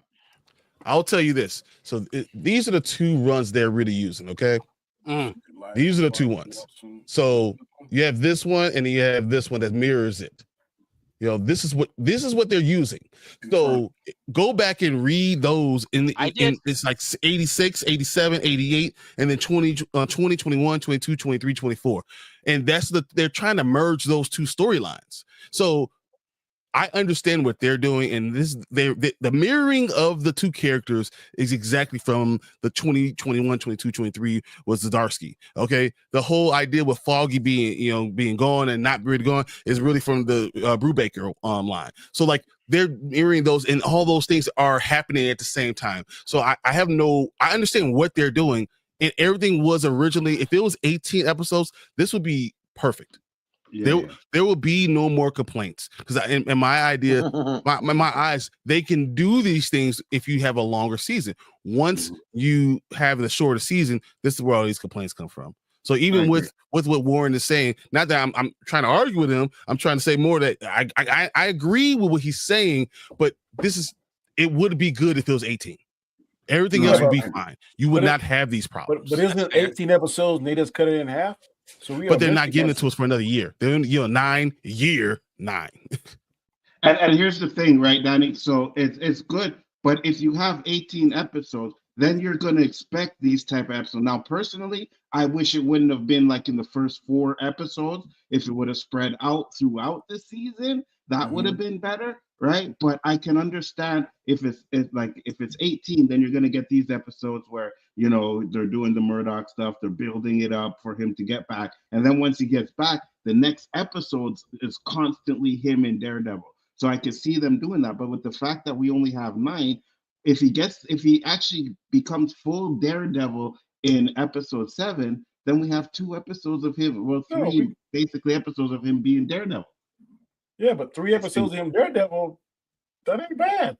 It is when you have 9 It's episodes. not- yeah, Yeah, it is. But yeah, Yeah. I'm done How with my long are these episodes? Like 45 minutes? for yeah, 40, 45. 41 minutes, 47 you- minutes. So we're gonna see over 2 hours of him as Daredevil. Yeah, but we've already seen 4 hours of him without. I was saying 4.5 hours of the season. You only getting But it's 2. good. Everybody on the panel says it's good. No, it's not. What do you mean it's No, good? no. Everybody said that this particular show is good. It's not Yes. great. Everybody's saying that it's good. But if you do 4 episodes that's good, and that 5th, 6th, 7th, 8th, or whatever number it is makes it great, then what's the problem? So it won't make it great because it'll still be good, right? Yeah, we got Daredevil in the last 3 episodes. Okay, great. The last 3 episodes were great or whatever. But the first 3, they're unwatchable. I'm not going to watch these episodes again, right? You watch them once The and say, rewatch okay, value I'm won't be good. great. The You rewatch know what I value mean? great. But And- if they gave him the suit in episode 4, then we have 4, 5, 6, 7, 8, 9, 10, like 8, 9. Yeah. All of a Mhm. sudden, you have the majority of the season he in the suit, and you can go after Muse. You could bring more Frank. You could bring more just You could say all that these characters. You could, that same thing. Technically, we already got 5 seats. We got 5 helmets and the That seats with same it. thing. So That same thing that Anzo just said. We see that for Endgame. At least I know I'll do. I watch the first 30 minutes of the Endgame. Fast forward to the next hour. And I watch the last hour. And I'm not the only person that have said that. Yeah, I've said it, but But I'm not throwing it towards you, but I'm saying we'll watch first episode of this, rewatch it. We'll probably skip 2, 3, 4, 5, and get to the good part. We do that on many more movies, many more shows. Like Falcon and Winter Soldier, which a lot of us have said is one of the better shows that they made. I watched the first episode because it was fine. Second, third, fourth, not so much. And then when he actually the one with U.S. Agent, and then the last 2 or 3 episodes. When you're talking about TV shows, I think you have to have a different level of quality level, because if you're doing a movie, it's a one-time sit-down thing. If you're doing a binge, there's a one-time sit-down thing. But when you're giving me episodic weekly episodes, it's hard to accept that your character is not going to be it for 6 weeks of episodes. The mistake they made, they should have released more than like doing 2 this upcoming week. They should have done like maybe 3. I can't agree with 3. That's what I would have done. 3, 3, and 3. It'd be and more here's another- digestible. I agree with or you. like what they did with the One episode a day per week. But if they would have did 2 or 3 and then he gave us instead of 18, give us 13 like they did in the original season 1, first season, that would have been good too, right? They should have done just like Cobra Kai did. 6, 6, and 6. Perfect. So first off, Paul, we're not forgetting the title name. And I know I passed over it here, but you said get him, Danny. I thought we were boys, and now you want Danny to get me. I got you. I see you, Paul. Wow. I see you, Paul. I see you. Wow. Oh, Tom is not my dude. uncle. My uncle's name is not Tom Poe. So we're homies. Now we're not cool anymore, man. You let Eli get to you, we're not cool anymore. But I'm gonna say this though, real quick. Go ahead. I would say real quick. Yeah. It's several things for me. One is Netflix first 3 seasons. Season 2 is debatable. Where some people think it's great, some people say it isn't. We had 3 good seasons on Netflix. Daredevil, him in the suit, out the suit, really good balance for me. Mm-hmm. Now we get to the MCU, Born Again. Episodes 1 and 2, very slow. I didn't care. I was laughing, going to the bathroom, eating, come back and think I missed anything, right? Season 3 and 4, now it's picking up. And for me, since 5, I think it's supposed to be a short episode, I think it would have been much better to have him in the suit, at least towards the end of episode 5. Because he's already on the roof practicing training stuff. Mm-hmm. Since 5, I don't know what's going to happen, but since it's a short episode, put him in a suit in there. It's episode 5. Then bits and pieces 6, 7, 8, 9. So we get a good balance, right? Then I think that's something this show is missing. It's balance. Absolutely. From beginning to end, right? Like I said, it's a non-ensemble cast. It's Charlie, it's Wilson, Charlie, Wilson, Charlie, Wilson. We don't have a sub-story that actually connects with other sub-characters. I'm like, hey, you have the intern, but his story's Yeah, not connecting anywhere. we know. What the- Yeah. But what? And what do I you- know because no guys was talking about I'm not you. Warren is talking about Leroy. Episode 3, Hector was very sympathetic Mhm. because justice in that episode was very black and white. It prevailed because he got Hector off. Even though he got killed, he got him off. Mhm. Episode 4, I think Leroy represents that gray area within justice that's often unseen or just misguided or just ignored. And because, yes, Leroy had such a rap sheet, even though his excuse may not be valid to a lot of people, that gray area is justice really isn't fair. Because like Frank said, you got Bullseye in prison eating food, breathing the same air as you. Do you think that's cool? No. He should be dead for everything he's done. So has justice prevailed? No. So it's a lot of stuff that's be in between the lines in this season, but it just needs some balance. That's let me ask you this question. Hold on, one more thing, Danny. Keep that thought. Because Poe sent another 99-cent super chat. Thank you very much. $1, mother effer. It's 99 cents, motherfucker. 99 cents. I don't see a dollar. You know what I mean? But since Poe sent 2, I'm gonna give you this, Poe. More money, I get that show money, hustle fast, double back and get some more money. Yes, sir. More money, more. No, I didn't mean to click that again. My bad. Yes, you Appreciate it, Poe. Thank you very much. Much appreciated. Go ahead, JG. First of all, Danny. Yeah, Danny was going to say something. Just came by to drop that thumbs up. Daredevil worth it. Never watched it. I'm on the Yellow Jacket train right now. I heard Yellow Jacket is good. Daredevil, you can watch it. I haven't seen it. You can watch it, definitely. Go ahead, Danny. Could it be that $1.50. It's okay. Kingpin done took 2 losses? Because in episode 3, Daredevil almost beat him within an inch of his life. Then he got beat up by his protege, Echo. So would Daredevil be lying? Because he said in the restaurant that as long as you stay in line, then I'm cool. So right now, Kingpin hasn't done anything to put himself in Daredevil's radar. Only pushback he's getting is from, I guess, the low levels, and that's why he's kind of walking through it like, okay, because remember they had that. I think they had some kind of riot going on, and he walked right through it with his cane and stuff. So, as far as we know, and as far as Matthew knows, Kingpin hadn't done anything to put him on his radar, so he's more or less kind of keeping his word. Is that not a way to look at it? Yeah, but I think he was so hyper focused on Fist because it is Kingpin that he forgot about the police officers and all that stuff. I mean, he's not worried about Fisk. Yeah, I agree with Danny because he's not worried about Fisk. He hasn't done anything to get on his radar. He's just doing anything under the radar. And that's it's why like he's trying to do his mayoral thing, his public appearances. I think Fisk don't want that smoke. That's why he's not doing anything to get on Daredevil's radar because he know that Daredevil is the only one that can really challenge him. Unless Vanessa puts him in a situation, which I'm assuming. Another 99-cent super chat. Thank you, Poe. To be fair, Fist did say over the year he's changed, so we don't even know if he has a fighting style as well. Because he even said, because remember he slimmed down, so I think, and this is just longer. I'll put it in predictions, but most likely Fist is going to win this season. He has to win this first half. Interesting. Well, the reason why I think he still fight because you look at Daredevil, like that whole time skip after Foggy died. He goes on the roof and he's doing stuff with those canes like he did it last night. No, I get that, JG. I was just saying that Fist said when he was talking to Vanessa. I got you.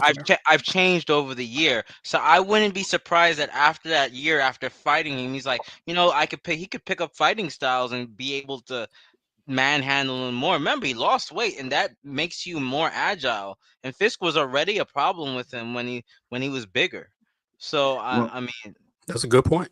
I heard they're gonna put more weight back on Fist, so that's what I heard. But also, I do agree. It makes sense because if they're talking about bringing the defenders back, right? And they have these rumors that they're supposed to be like he's supposed to be like the Thanos of the streaming will. service. Street level Yeah. Thanos, yeah. Right. So if He's that's going to the bring case, all then those he's gonna win. those villains together. He's going Recast Luke Cage, please. Fact. Stop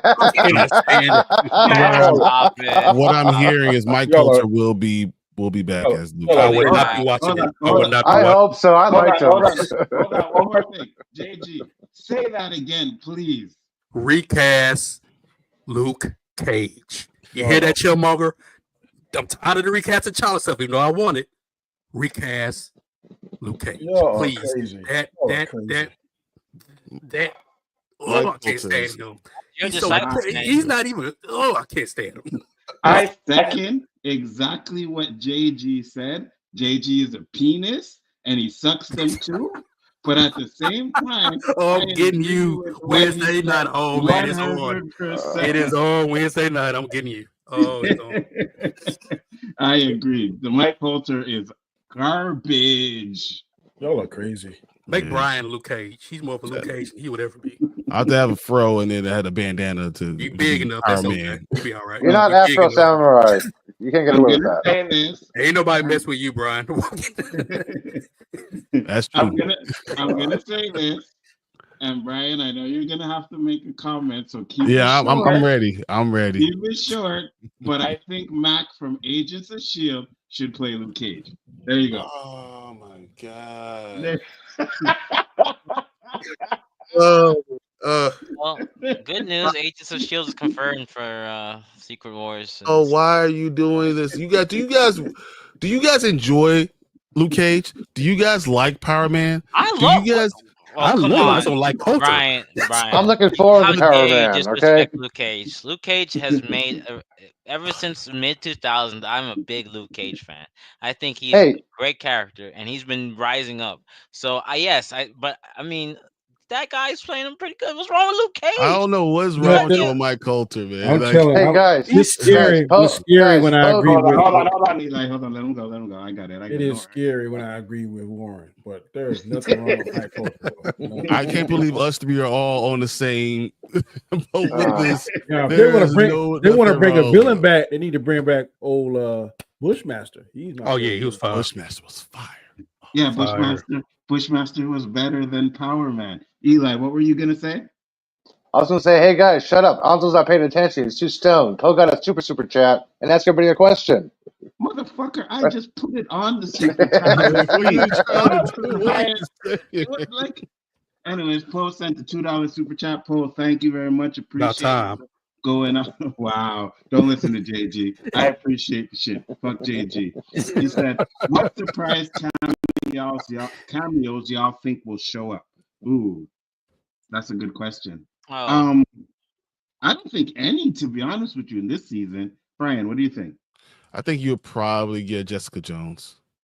I thought think about that. Yeah. I do you think mean by they're going to he's talk about cornbread? Kilgrave, and they're going to bring back Jessica Jones, and that's going to open the door for Luke Cage.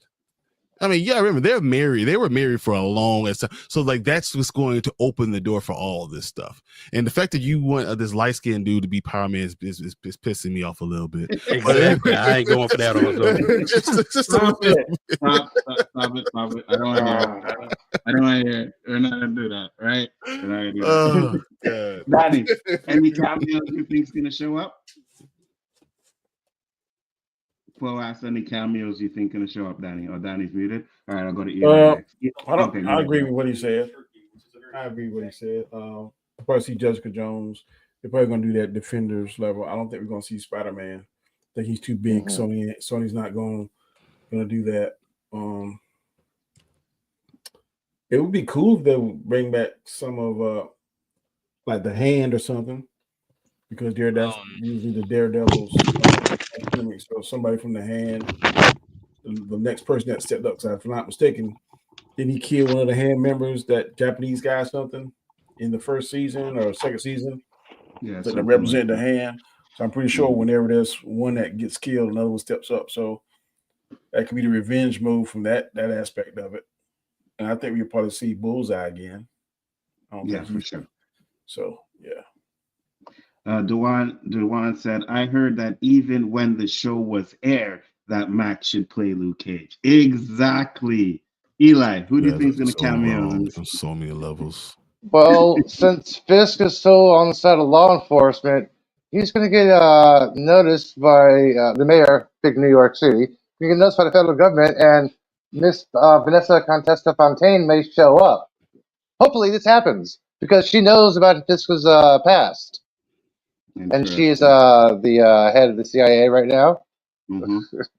Don't think She-Hulk will make an appearance. Absolutely not. No. JG, no. any cameos you think? I really think this season is just a setup for the next season. I don't think we're going to see anything big.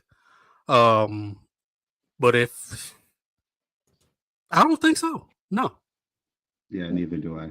I just want X-Men already. Yeah, me too. Me too. Warren, do you think anybody's going to show up? If I had to say someone low level that's under the budget, I could see Echo making a return. Okay. They did. Her and Daredevil did have a thing. Yeah, I would see Echo because it's relation to Fisk. She's not too expensive, so that's who I could see. Well, she don't got to say anything. So, yeah. Well, neither is Kate Seinfeld. So I would rather see you got to talk. So you know. I would rather see Terry Crews as Steel, right? But I don't want Terry Crews touching Terry Crews is too old. Terry, I don't want Terry Crews. Shaq is Steel, and that's it. Okay. Stop it. The fact that you just said that makes me upset. You know who could play it? I'm not joking. You know the guy that could play Iron Man? Who was the guy that was Cross's partner? Isaiah Mustafa. Dude. All right. So this, if you do this iteration of him, of Luke Cage, with the yellow shirt and the bandana, Isaiah Mustafa could pull that off. You're right. No, that's ridiculous. Power Man looks ridiculous. Power Man is a little bit. Yeah, he's like 51 though, so I don't know. That look gotta change. Yeah, but man, does he look 51? That sucker is ripped. No, he don't look 51. He does look like about 6'3", 6'4", about 230, 240. Yeah, neither does Terry Crews, right? Yes, he does. I don't want that. You think it was soft ass? I think Terry Crews is too comedic. We associate him with being comedic. Power Man is not. He's going to be, in your face. He's going to be aggressive. I mean, the thing about Isaiah Mustafa is 51, Mike Coulter is 48. So, all these guys are going to be a little bit older. They have to have a little seasoning on them. They do have to have a little seasoning. I will agree that Mike Terry Crews is 56, almost 60. I like him. I like his temperament, but the fighting scenes, he looked a little stiff to me. Cool. He's like, look. Mike Coulter. Oh yeah, horrible. But his acting ain't bad. I like his. No, he's a good actor. He's always been a good actor. No, he's not. Yes, he is. You guys have seen Evil. You ever seen any of this stuff? Mike Coulter. Evil is awesome, buddy. Evil is amazing. You guys are complaining about an old man doing stunts when Harrison Ford did all the stunts for the Red Hulk. Come on. And he looked crappy too. I made a comment when he had his shirt off. I was like, man, I know, but that old man physically did the stunts as Red Hulk. Come on. I do not care. All right, let's get into the grades and predictions. We'll go around the other way. Warren, your grades for this episode and predictions. Hold on. Will said Daredevil bangs She-Hulk as a Hulk or as her. He's that green snatch. I'm gonna behave myself on the real. Oh yeah, She-Hulk gets smashed. Grade is a B-. Predictions probably just get more some sort of action. It's not going to be the suit. We know we're not getting the suit, but we're going to get some action. So that's plus. Maybe we see Adam get beat up more and abused, and then also maybe some hint to Bullseye. Finally, I'm praying for that. And then the only other thing is maybe also more Muse. We're probably gonna get more Muse and the therapist. I think something's gonna start. She's gonna start being not a threat, but on the eye of Kingpin. That's about it. I don't think we're gonna get like real into Muse until season 2, though, right? I think we're just gonna get a little bit of him starting off what he's doing now, like what they're showing, and I think it's in season 2 where they're really gonna dig into Muse. Well, I don't think we're gonna get a lot of him this season. I could be well, wrong, but no, you're well. I agree, but my prediction, if this is like a farther profit one, I think Kingpin and Matt are gonna team up to have to beat Muse. That's my prediction. it might be because I It's not heard that bad. It's not bad. I heard Muse never sorry, Daredevil never beat Muse in the comics. That's what they said. That's not They said bad. they said Daredevil has never beat Muse. So if that's the case, I could see them teaming up to take out Muse because he's a bigger threat than Kingpin and Daredevil put together. That makes sense. And So that's how it goes on to the second season. yeah, Interesting. that's my that's it for me. JG? Grade, I'll give it a B plus. As far as predictions, since 5, I think, is supposed to be the shorter episode, it might be more of a secondary character episode. Where people around him, I don't think it's gonna be so focused on Matt or Fisk. Episode 6, I think we're gonna start seeing some focus on him. But as far as what's gonna happen, heck, I don't know. I don't know. I don't know where the show's going. But so far, it's going on a good trajectory so far. I got you. Eli. Well, since this show seems to be taking time with character developments, I kind of agree with you, Anzo, about Muse not being big until season 2. But I think since his character is known to be in the shadows a lot, like the last episode, the season finale, he's going to be in the shadows and he's a blind guy practicing fighting like Daredevil, and he finds out who Daredevil is. Hmm. This is Muse's character. Interesting. Anything else? Grade? I would have to give it a solid B. B plus. Okay. Let me rearrange that. B plus because of the Frank Castle and the Matt Murdock scene. Yeah, B plus. I got you. Brian. It's a B. It's the same as I said last week and the week before that. These are all B good episodes. They're quality episodes. But I need more action for you to get into the upper echelon. I'm not going to continue to give you a higher grade that you have not earned.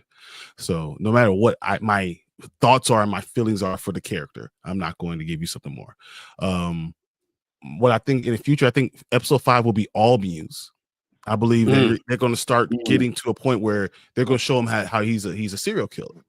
And he's going to be killing people all over the place, and they're not going to be able to stop him. I think Daredevil's first look will be towards some of the defenders, and they're not going to be able to do it. And it's not that he's going to team up with Fisk, but Fisk is going to have the same problem with Muse, and then they're going to kind of meet in the middle. Like, okay, they use each other, they do it, they kill him or stop him, whatever. And then they kind of just tip their hat to each other, but saying, I'll see you later. To that point, like, we're not buddies. We're not pals. We're not in any way together. We did this one thing, and I'll see you. I'll catch you later. I can agree with that. That's all right. Danny. I'll give this a B plus. I like it. What elevates to me from a B to a B plus is the 2 interactions, the one with the guy and also the one with Frank. Those elevated from a regular B to a B plus in my eyesight. I'm not sure about Muse. I don't know anything about Muse. Not familiar with him at all. I have to do some research in to decide or to form an opinion on him. Right now, to be honest, he's really not even relevant to me, to the story. I'm focusing more on the transition that we're seeing from Wilson to Kingpin and from Matt Murdock to Daredevil. That is really what's grabbing my attention. I'm really happy that they're going to drop 2 because I get a bigger piece of the pie to digest, so to speak. So I hope these next 2 episodes will be more leaning towards actually get him in the suit. I think we're going to see him in the suit maybe on the 6th episode. We saw bits and pieces of it where we saw his helmets and we saw him practicing and that kind of stuff. So I definitely think that it's around the corner, and hopefully these 2 episodes will be that linchpin to connect the good to the great. I got you. Poe said if they had Spider-Man to show for like 15 seconds, that would change everything for season 2. Tom have a condo in Atlanta for filming. I got you. We're definitely not seeing Spider-Man though. We're not gonna get Luke Skywalker moment on this, bro. No, no Spider-Man. I Sorry. wish we would, and that would be fire. But that I It's a think that's so much contract. red tape you got to cut to. Yeah, they can mention. That's why Fisk said man dressed in a spider outfit. He couldn't say Spider-Man. They got away with that. He can appear in animation, but it's a contractual dispute that when he appears in live action. Yeah, 100%. That's why they can't use him. And I'll say this, to be honest with you, and I know you may say, oh, it's animation, but I think Friendly Neighborhood Spider-Man so far is better than this show right now. It's just better. It's been better. You know what I mean? I don't care what you guys say. And I know Brian, I didn't like the animation. I thought the animation was fire. I thought the show was fire. That show is lit. I mean, you can think what you want. You can be wrong. It's okay. Yeah, the comic panel was good. That was a good transition, dude. The show Spider-Man is a good show. Yeah. I didn't say no. If you read it, I mean, things I enjoy what I saw at the end. By the end, but I do think that the animation style is not necessarily the style that I want for my Spider-Man. And as a Spider-Man shows, it is probably the 3rd best Spider-Man show. Animated. So how good are you really talking about? Is it really? Spider-Man 98 is 10 times better. You know, so like there's there's things if you're talking about Ultimate Spider-Man, maybe the 3rd best Spider-Man. So it is what it is. I'm not sure if you heard, Brian, but they are talking about rebooting Spider-Man 98. I know. The Search for Mary Jane. For a while. Yeah, The Search for Mary Jane. Come on. So the Spider-Man you put on there that said it was better, I disagree. If you want to say the animation was better, Spider-Man 98. Yeah. Because is that the one that goes like down? Yeah, that's a legend. Yes. Spider-Man.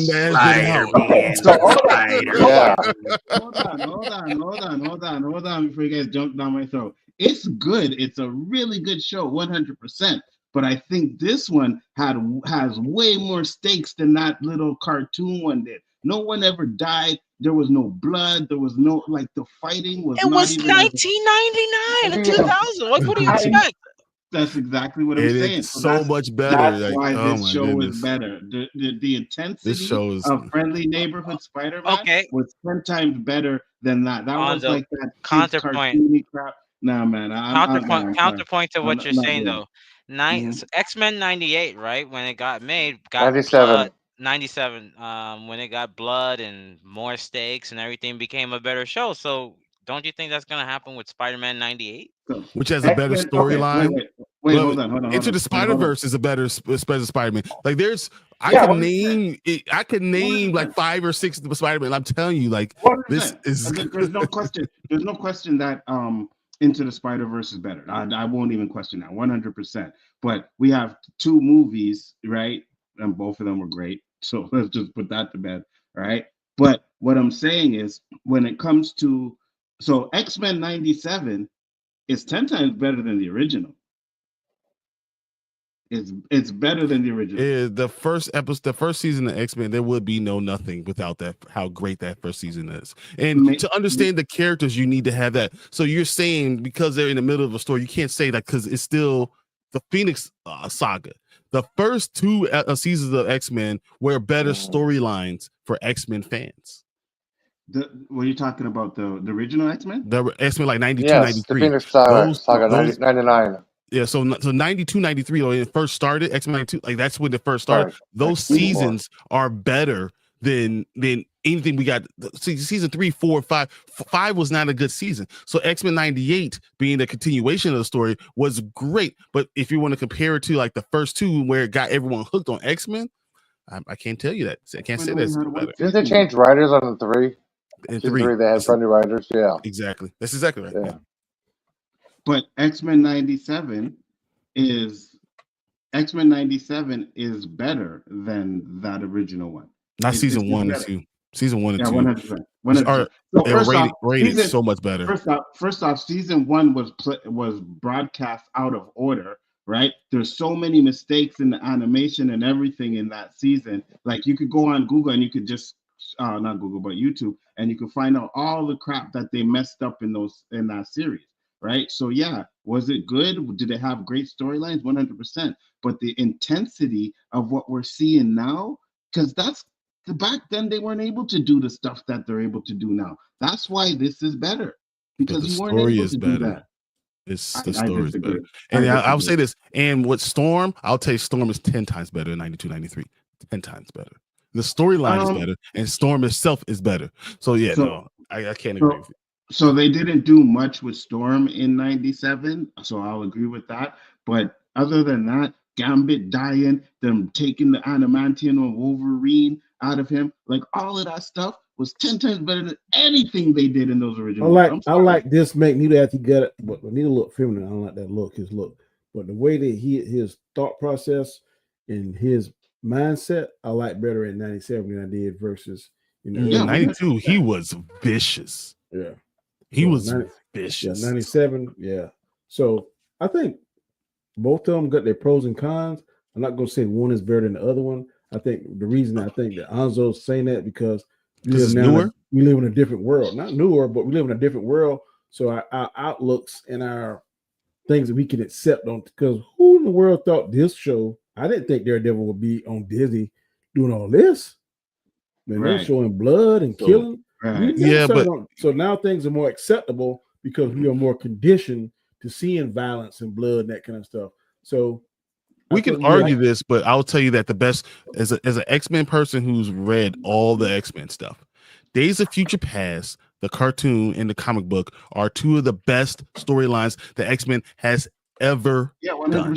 And that's the season 1, and that's the basis of season 1 of X-Men. So like the storyline Phoenix is like the fourth best storyline. So the storyline itself is not the same. So like season 1 is better because the storyline is better and it follows the comic book more better. The animation style of 97 I think is better because it's newer and crisper and things like that. But the story overall, the cartoon, what's better? Season 1 of X-Men is the best. So the only thing is, if you're saying that, Days of Future Past, the original, did not follow the comic book to the T, right? No, none of them fall to the T, but a lot of they hit the big points very well.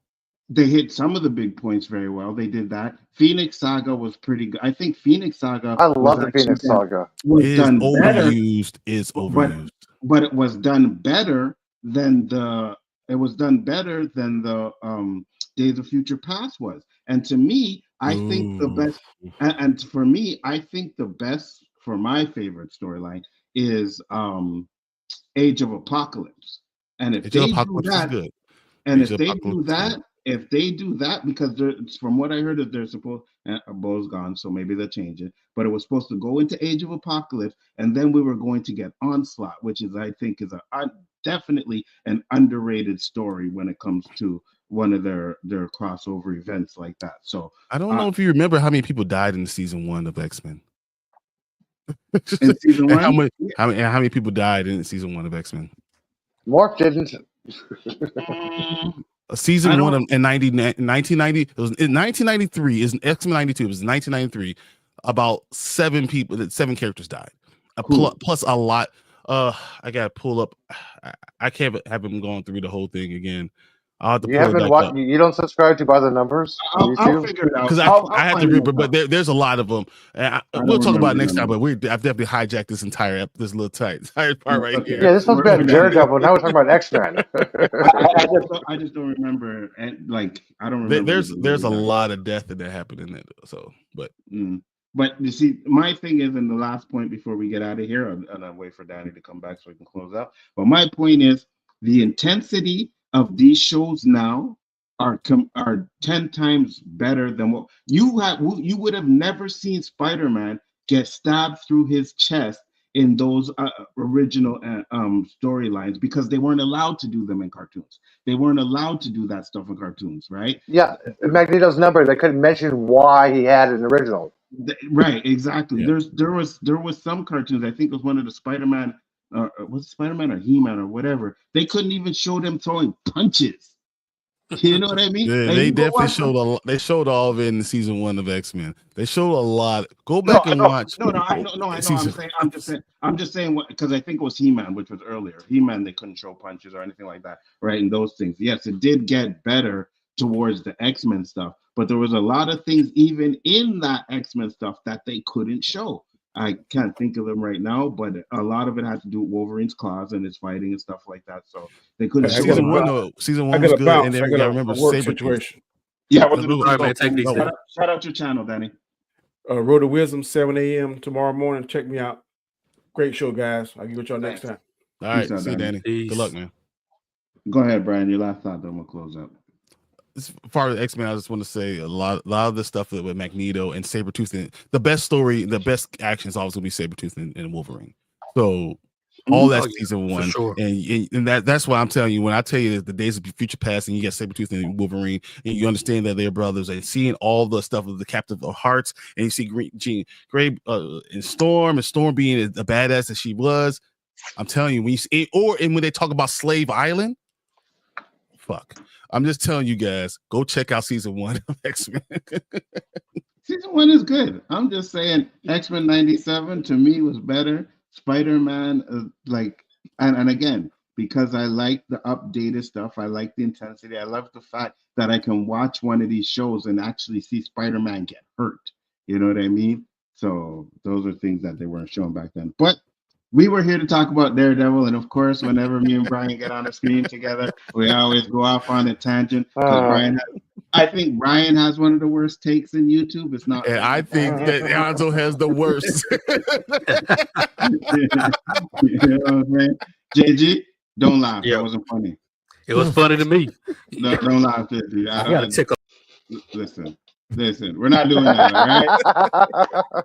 I got a tickle out of it. You're Team Nzo. You're not Team Brian. After that caption, I ain't team Nzo for nothing. Brian, tell the people where they can find you, sir. Yeah, 1/3 of Sport Kings. I have the best takes in all of YouTube, so don't listen to this man right here. But if you want to see us, we are there 9:30 to midnight on Mondays and Thursdays, and the Saturdays we'll do a specific show breakdown. Go through all the stuff. We'll tell you everyone's opinions, and we'll go through it and listen to you guys. So the chat is also our other member. So come and join us and have a good time. Absolutely, 100%. Eli, where can they find you? You can find me. You can find me on rarely on Threads. I'm not on there that much, but I do post. Blue Sky, X, some various YouTube channels, Instagram. And by the way, if you guys have weed around this guy, JD, watch out because he's a moocher. Okay, just want to give you a heads up. It is on. It is on. So first off, Poe, they can't even show Spider-Man, right? It's not even about Tom Holland or anything. Like the way it is Sony only allows them to use them in the movies, and so not even about paying him or anything. No, you can't use Tom. So animated Spider-Man can be used. Yes, can be used. Yes, but that's it. Yeah, anything live action, it's only the deal that they have with the movies, right? But 100%. they can't put him in any of the TV shows. They can mention him. What? Yeah, I think they can mention it. I think they can. No, they cannot mention. They cannot mention Spider-Man. That's why Fisk worded it a man dressed in the spider outfit. Didn't say Spider-Man. Yeah, that's why he described the outfits. The guy's skull, the spider outfit. Yeah, he was describing them. He didn't name them specifically. I got you. Warren, where can they find you, sir? You can find me here. Exactly. That's it. That's it. Next. God bless. So thank you everybody for coming in. Much appreciated. It's a pleasure. Thank you. We will be back. All right. JG. See you. I will leave with peace and grace tonight. But Wednesday night, the floodgates will open. Right. JG Shaolin Terrific, the undefeated, undisputed final boss of the 36 Champions of Shaolin. Why? Thank y'all for tuning in for another fire Roundtable stream. Catch me live Wednesday nights on the OOC, not lie, with the host Nzo, aka the Abby and the Osiris of the Split King, the Professor of Gunja, and he looks like the guy that hung out with Hakeem and Coming to America. You know, when they had to go in, try to dress like they were American, they come out looking, look at that New York hat. Yeah, look at that. Hey, I'm the one that stole the suitcase. I'll admit it, okay? Eli, you interrupt me one more time, I will call the authorities to come see every piece of weed you have in your vicinity. Why are you out? You need weed? Damn, that's desperate. Oh yes, Wednesday night it is on, and the culture brother, aka Mr. 100, aka no trouble day, everything gonna be Irish. No woman, no cry. Pop, mother effer. And it was a nice to catch me with my homie Superwise LPC in New York. We had a otra madre when we go through the Daredevil Born Again watch party for episodes 5 and 6, and I hope it's not a Snorefest. And he's not here, but I got to shout him out. They're amazing, the outstanding, the charismatic, always man of the hour. Not to say it's the illest because he suffers from that realness. If you smell what Danny's cooking, and please, everyone get on your feet. Represent for Brian. 1/3 of the Spoiler Kings. The Titans of YouTube. Oh, check him out. He knows everything. He's checkmating everybody on his panel except me, because I know when to shut the F up. So check him out, man. It's a fun strain. They're good guys. They're real fun to watch. That's because you're a pussy. You already said you scared of him. Wednesday night. It is on. Get it all out now, because Wednesday night. He is a blood clot. Boom, boom. You hear me, son? Wednesday night. It is on. All night long. I'm going to have a video just for you. Landline said, aren't they still in a world that forgot who Spider-Man is? No, they just forgot Peter Parker was Spider-Man. Second comment. Yeah, absolutely. But thank you guys for coming in. Much appreciated, Poe. Thank you for the super chats and everything. It's always a pleasure when you come in here. Dandelion, thank you for popping in. Tony Robinson, you the man. Basil, thank you for popping in. Much appreciated. Who else did I miss up in here? We had Samuel Stokes. Fletcher was up in here, said a like. Thank you guys, much appreciated. And I just realized that I didn't give my grade, so my grade is a C+. Who cares? Actually, the people who are watching the channel, because they ain't fucking here for you. Bigger for it entertainment. It's not JD Shaolin. All right? That's who fucking cares. Before you cut out, everybody. Before you cut out. If you haven't played Assassin's Creed Shadows, it does not deserve the hate it's getting. It's a fun game. I'm really enjoying it. Which one? Assassin's Creed Shadows. Oh, is it? It's good? Really good. For me, it's good. Absolutely. And go see Magazine Dreams, please, guys. Go check it out. It's a really good movie. And Jonathan Major's performance is absolutely amazing. In it. So definitely. I think I'm going to do a review for it. I just don't know when, but I want to do it soon before the hype dies down and all of the crap. So yeah, I'll be looking for that pretty soon. But thank you guys for popping in. Much appreciated. We will be back next week with another episode of Law and Order. With that, peace, love, and hair grease, and we are out.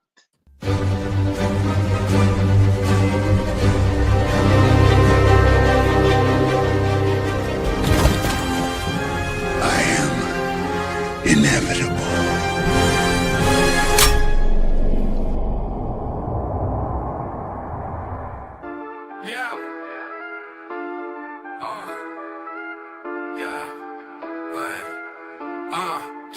This Nzo and the crew, they'll be back in the mix. Daredevil born again, talking deep with the flicks. Roundtable session, breaking count with precision. Murdoch's back in action, got the tunnel vision.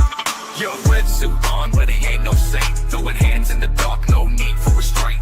Wilson scheming, got his eyes on the block. Lance on the rooftops, hear the heartbeat knock. Yo, also calling shots, theories going insane. Who's the real villain, who's playing the game? Foggy and Karen, will they stay in the ride? Or will they get lost in the devil's dark side? Blood justice, fists like thunder. Hell's Kitchen rise once the city go under. Born again, yeah, we breaking it down. Kingpin lurking, who's taking the crown? Roundtable deep dive, theories unfold. Nzo with the squad, got that take on gold. Netflix stays calm, but the legend remains. Born again heat, yeah, remember the name.